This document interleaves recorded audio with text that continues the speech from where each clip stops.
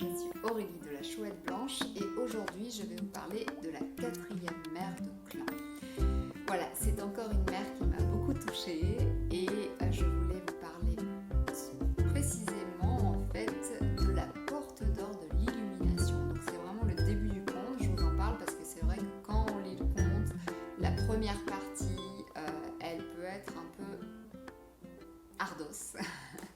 Et donc, je me suis dit que peut-être vous éclairer un petit peu à ce sujet. En tout cas, de moi, ce que j'ai compris, ça ne veut pas dire que je détiens la vérité. Vous prendrez ce qui vous intéresse. Donc, cette mère de clan, elle est dans sa grotte. Et puis, en fait, là, elle observe son bol donc de médecine. Et puis, elle voit d'abord son reflet. Elle va au-delà de son reflet. Elle passe dans un autre niveau de conscience. Donc, elle se retrouve dans ce nouvel univers. C'est un peu souvent comme ça dans les 13 mers. Soit elle passe dans le rêve, ou bon, bref, voilà, il y a un autre niveau de conscience. Elle atteint un autre niveau de conscience. Et là, elle se retrouve donc dans l'abîme du temps. Donc, l'abîme, c'est quelque chose qui est vraiment sans limite. Donc, elle se retrouve dans le gouffre sans limite du temps. Et là, il y a des éclairs partout, il y a beaucoup de mouvements. Il y a une chose immobile, c'est la fissure dans l'univers. Donc il y a une fissure, et ça c'est immobile, et elle se rapproche de cette fissure.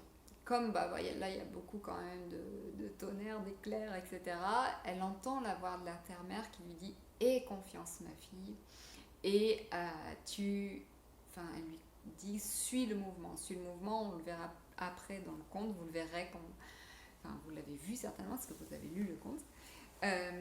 Vous l'avez vu dans l'animal totem du cygne. C'est déjà un animal totem qu'on a vu dans le premier conte. Et c'est vraiment l'animal qui est gracieux, qui se laisse vraiment aller dans le mouvement de la vie. Donc elle lui dit ça, aie confiance, suis le mouvement. Et puis, que en fait, elle va avoir la porte d'or de l'illumination. Et ça va en fait lui permettre d'accéder à des autres niveaux de conscience. L'exploration de son orenda. Donc, elle suit le mouvement et elle se laisse aller plus proche encore de la fissure de l'univers. Et là, elle voit la porte d'or arriver vers elle. Et là, en fait, la voix de la terre-mère résonne. Elle lui dit, voilà, en gros, ta mission, ça va être d'être là et de tenir ouverte cette porte. Peu importe en fait si les êtres à deux jambes que tu guides vont passer cette porte ou si c'est trop difficile pour eux, revenir dans leur zone de confort et ne pas passer cette porte mais la passer après. Quand ils se sentiront prêts, ils reviendront et ils se placeront et ils passeront cette porte. Cette porte qui nous permet d'accéder à d'autres niveaux de conscience. Donc évidemment, de mon point de vue, on le passe plusieurs fois. Quand j'ai un peu revu un petit peu les passages de ma vie, moi j'ai déjà passé plusieurs fois. Je pense que tout le monde le passe plein de fois. Et parce qu'on accède à différents niveaux de conscience. Des niveaux de conscience qui nous permettent de justement prendre du recul, d'observer notre personnage et d'aller au-delà de ce personnage. Et il y a aussi toute une notion dans cette approche aussi du début de ce conte sur la création, le fait de voir justement ce qui nous anime, ça nous amène à observer la création, le un, donc l'unité. C'est un peu, je me souviens de ce cours de yoga lors de ma formation où il y avait cet enseignant Jérôme qui est toujours d'ailleurs, et qui médite énormément et qui nous expliquait que en fait, en gros, il nous expliquait la physique quantique que on est la table, on est la pomme, on est tout, on est un, on est fait de la même essence en fait. Et ça c'est difficile à comprendre pour notre mental, mais c'est vrai que moi j'explique, si tu regardes avec un géant microscope ta main, et ben tu vas avoir en fait électrons du vide, etc. Si tu regardes ton téléphone avec ce même microscope, tu vas avoir électrons du vide, électrons du vide. Si j'ai, en tout cas, j'ai compris ça pour l'instant. Euh,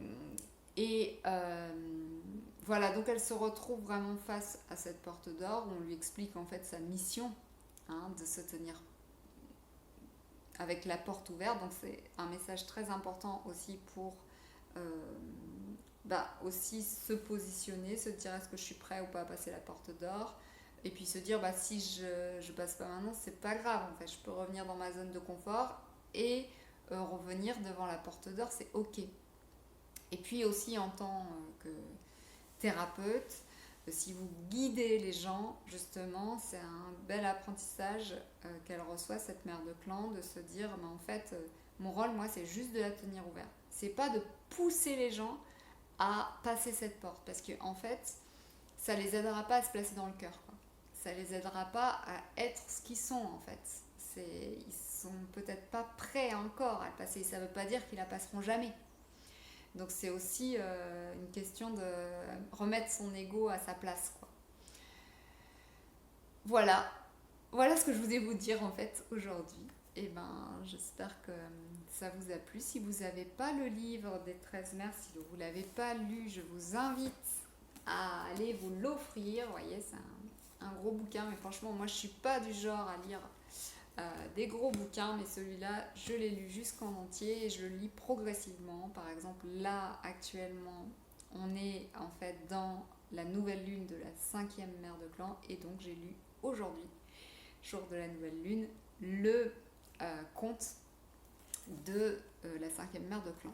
Donc je lis au fur et à mesure de l'année, je n'ingurgite pas tout le livre d'un coup. Parce que c'est pas l'énergie de l'enseignement amérindien. Après, chacun fait ce qu'il veut. Voilà, je vous embrasse, je vous souhaite d'être vous-même, et puis à bientôt, bon courage pour cette période. Ciao.